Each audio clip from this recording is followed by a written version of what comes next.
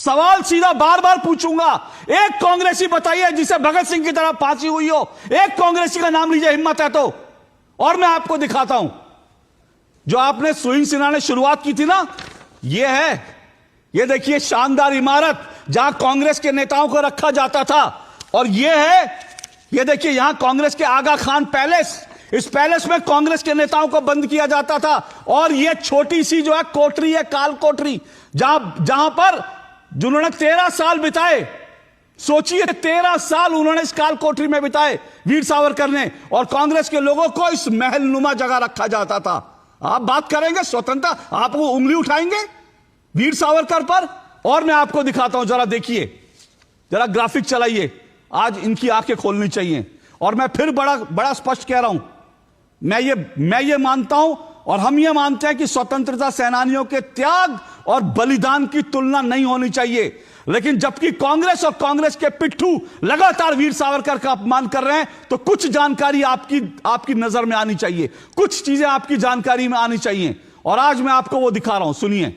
एक तरफ वीर सावरकर की पोशाक आपको दिखा रहा हूं, साल 1911 में, जिस वक्त वीर सावरकर जेल में थे और ये पोशाक पहनते थे, उनको ये कपड़े दिए गए थे। और दूसरी तरफ मोतीलाल नेहरू 1911 में, जब अंग्रेजी राजा आए थे, उनकी रानी आई थी, तो जो दिल्ली दरबार लगा था, दिल्ली दरबार में जाकर वो अंग्रेजी हुकूमत के सामने उनको सलाम ठोक रहे थे।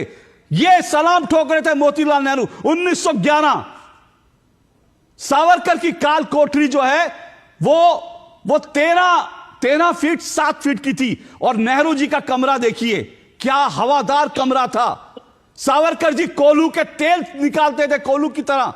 और नेहरू जी जिस कमरे में रहते थे, वहां मच्छरदानी थी, वहां हवादार कमरा था, वहां किताबें लिख सकते थे, वहां वो डायरी लिख सकते थे, बैडमिंटन खेल सकते थे।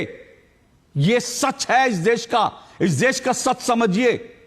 आप लोग बताते हैं वीर सावरकर के बारे में, नेहरू जी को जो कमरे मिलते थे बैडमिंटन खेलने के लिए, जेल में थे। और एक बार नाभा जेल भेजा गया था, सिर्फ एक बार।